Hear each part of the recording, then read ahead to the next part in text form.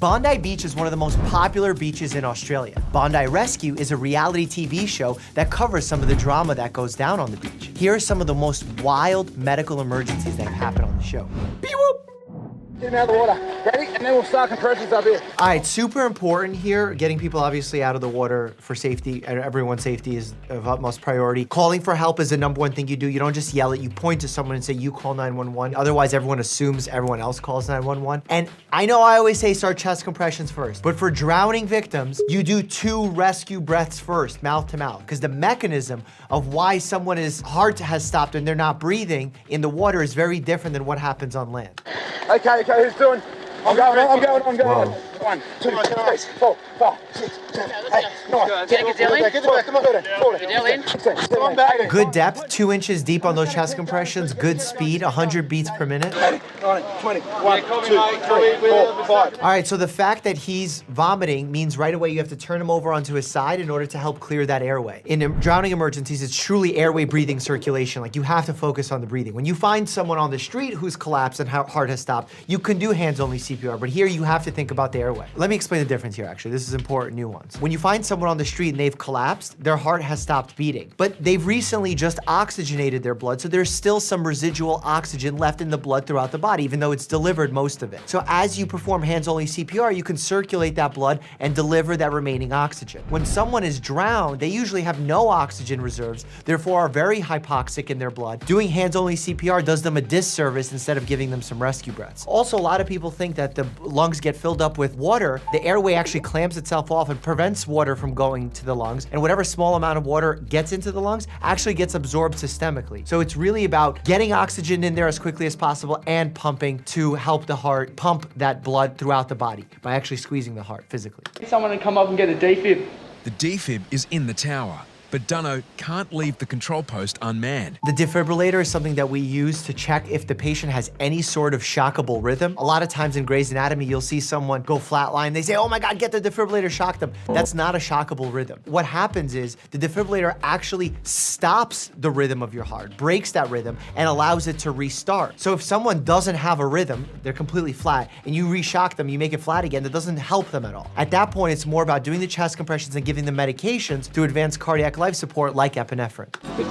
He's now been clinically dead for 3 minutes. 21, 22. Keep going, Chappo. Someone give And the way you're doing this is 30 pumps for every 2 breaths. So you do 30 pumps at a speed of 100 per minute, give 2 breaths, continue.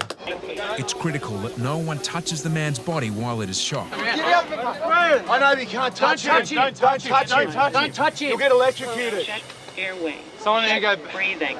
If needed, begin CPR. So the modern defibrillators are really good in that they analyze the rhythms and you don't have to look at the rhythm and try and figure out what's going on. It will say non-shockable rhythm, continue CPR, or shockable rhythm, remove all people from defibrillator. Then you hit shock. It says shocking on 3, shock, shock, shock, and then it'll deliver the shock so that you know not to be touching the person. I've got a pulse. I have a pulse. I have a pulse. He's responding. Let's go. Give him a better. See if he wants to vomit. Yeah. That's it. He's got a lot of fluid coming out. That's what we want to do. That's good.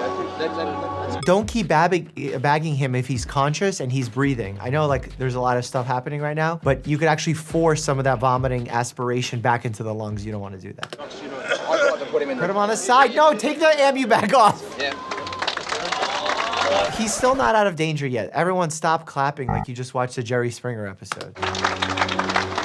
He was without oxygen for a long period of time, and that guy keeps putting the stupid ambu mask on him. Stop it, he's awake now. Portuguese man-o-war jellyfish, commonly known as bluebottles, are blown onto the coast by onshore winds. Bluebottles have rightly earned the label floating terror. I've seen thousands of people that have been stung by bluebottles, but this day it was the biggest welt I've ever seen. Oh, yeah, they basically leave like whiplash-looking marks on your skin, creating a type of dermatitis. It's actually really cool how this happens. So they have these nematocysts that are at the end of their tentacles.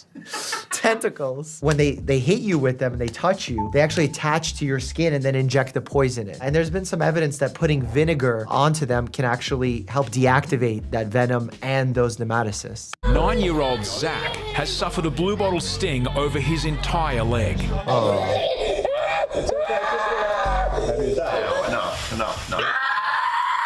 No. All right, Dad, maybe give your son a hug. Like, there's toughening your kid up when they're experiencing real big pain. Give him a hug. Zach's father is back on his feet as lifeguards administer the green whistle. So what you're going to do is you've got to put it in your mouth like this, all right? And just breathe it in. Breathe it, and it's going to take the pain away for you. The kid's like, give me any. There you go. Oh, wow. Man. The sweet sound of silence. These lifeguards are like, can you shut this kid up? They got the kid high. He calmed down.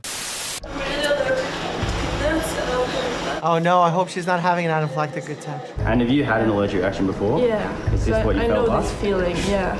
Left untreated, Victoria's throat will become so swollen she may be unable to breathe. This type of allergic reaction called anaphylaxis actually leads to swelling of the air pipe. It also can create swelling of the mouth. It can lead to nausea, vomiting in some cases. And one of the most dangerous things about anaphylaxis outside of closing your throat is the major drop of blood pressure because it dilates your blood vessels, therefore tanking your blood pressure, not getting enough blood circulation to those vital organs. It could potentially lead to death. This is why a lot of people think, oh, just treat it with Benadryl, but Benadryl doesn't treat that part of anaphylaxis. That's why we need to use these EpiPens to boost up the cardiac output and decrease the swelling of the oral pathway. Lifeguard's best chance of saving Victoria is via a shot of adrenaline from an EpiPen. And I'm sure many of you have heard the story. I've had to do something like this in the air while flying on a gentleman who did not have an EpiPen. So we had to concoct the EpiPen through medications that you would actually use if someone's heart stops and they were flatlining. Same medication, different dosage. I had to do that calculation kind of on the fly. There was no Wi-Fi because we were flying over the Atlantic Ocean. It was a crazy scene. And also, this auto injector is nice and thin and small, the needle, so it's not gonna cause a lot of discomfort. The one that I had to use is made for a crash cart, so it's like a really thick, long needle, and I had to jam it into his thigh. He was not happy with me, but he was happy after the fact when he survived. Thank you, Dr. Mike. I really appreciate your help, man. So I hit her with the EpiPen, bang, held it in for 10 seconds, and I thought that was going to be it.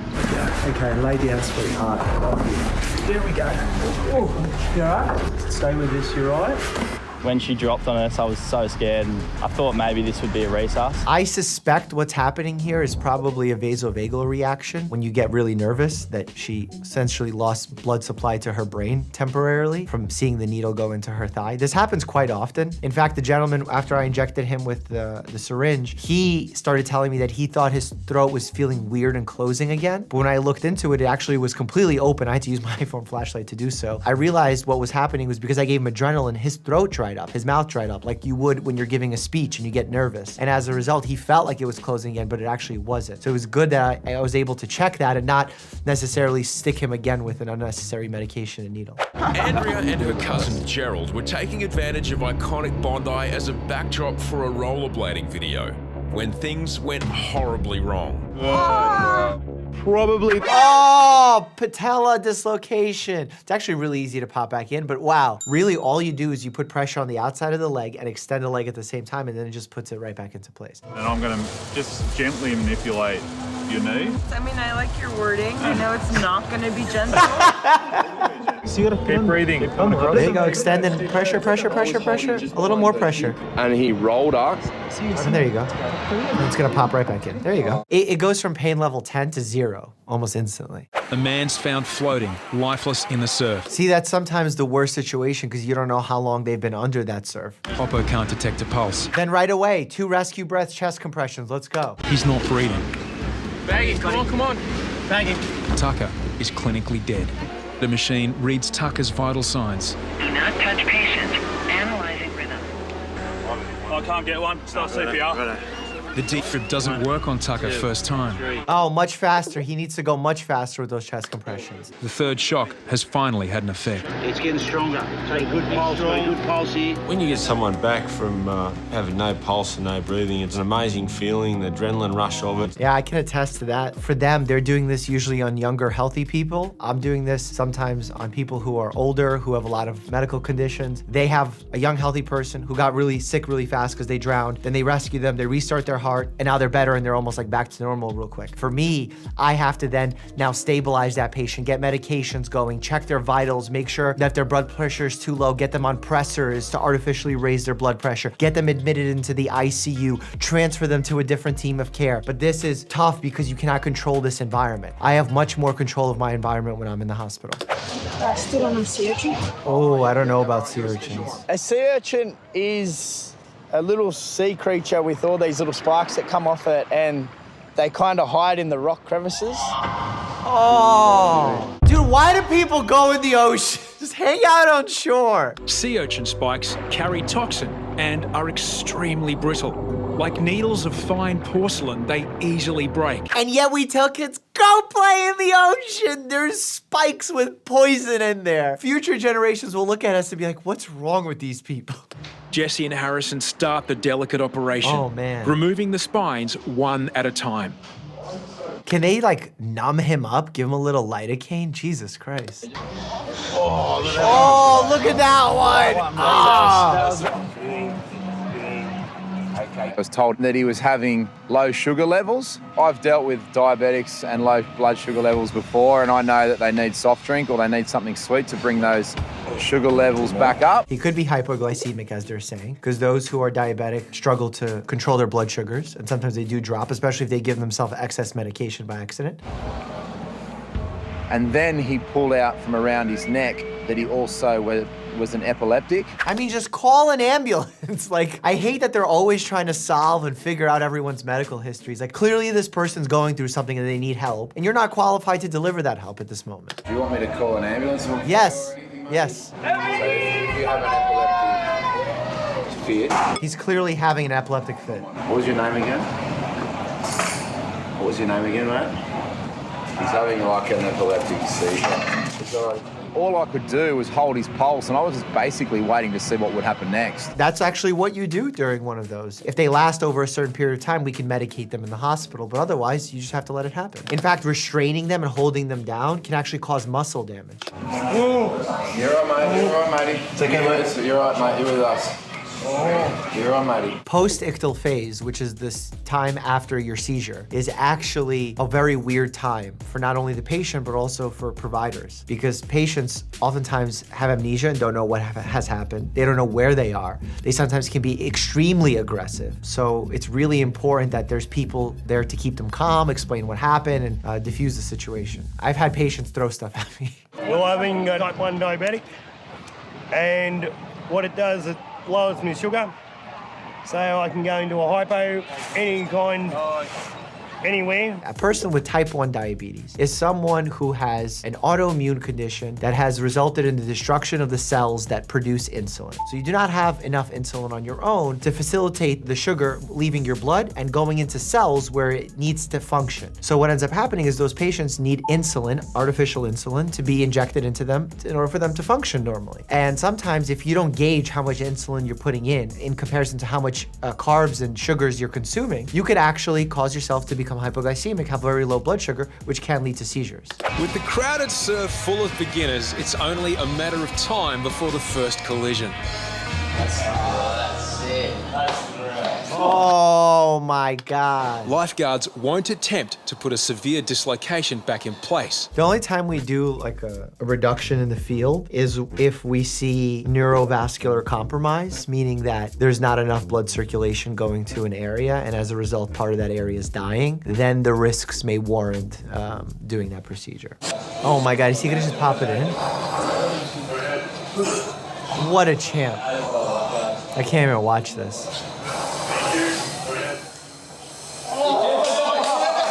That's terrible because the hand has so many vital structures in it, blood vessels, nerves. This is why we have hand surgeon specialists. It's not enough to send someone to an orthopedic surgeon, send them to a hand surgeon. My guy's just here like, ah! Mate, that's insane. It's still slightly out. Slightly out, it's broken, my guy. And I get over there and there's a gentleman sitting against the drain pipe in a puddle of water, quite calm at this stage, saying he's dislocated his hip. A dislocated hip could be one of the most painful things ever. He's had a hip replacement. Oh my God. they're not ready for the level of pain this person's about to experience. Moving him to the ambulance will cause enormous pain.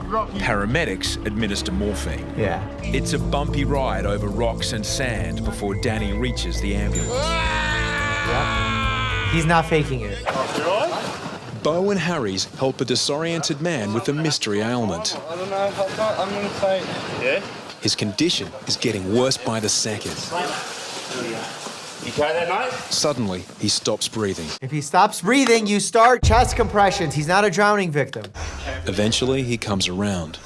That's it, relax as much as possible. Lifeguards need his medical history. Well, they don't need his medical history. They need to call an ambulance, and they need his medical history. I don't know, when it gets cold, the water makes my stomach itchy, mate. Oh, he has cold water urticaria. Later, doctors confirmed Matt suffers a rare allergic reaction to cold water that causes hives. Matt's swim had sent him into anaphylactic shock. Well, an EpiPen would have gone a long way there, but they couldn't have known that. You don't recklessly just give EpiPens to random people. Here are some of the worst fitness mistakes my patients make. Click here to check that out. As always, stay happy and healthy. Look at my tail.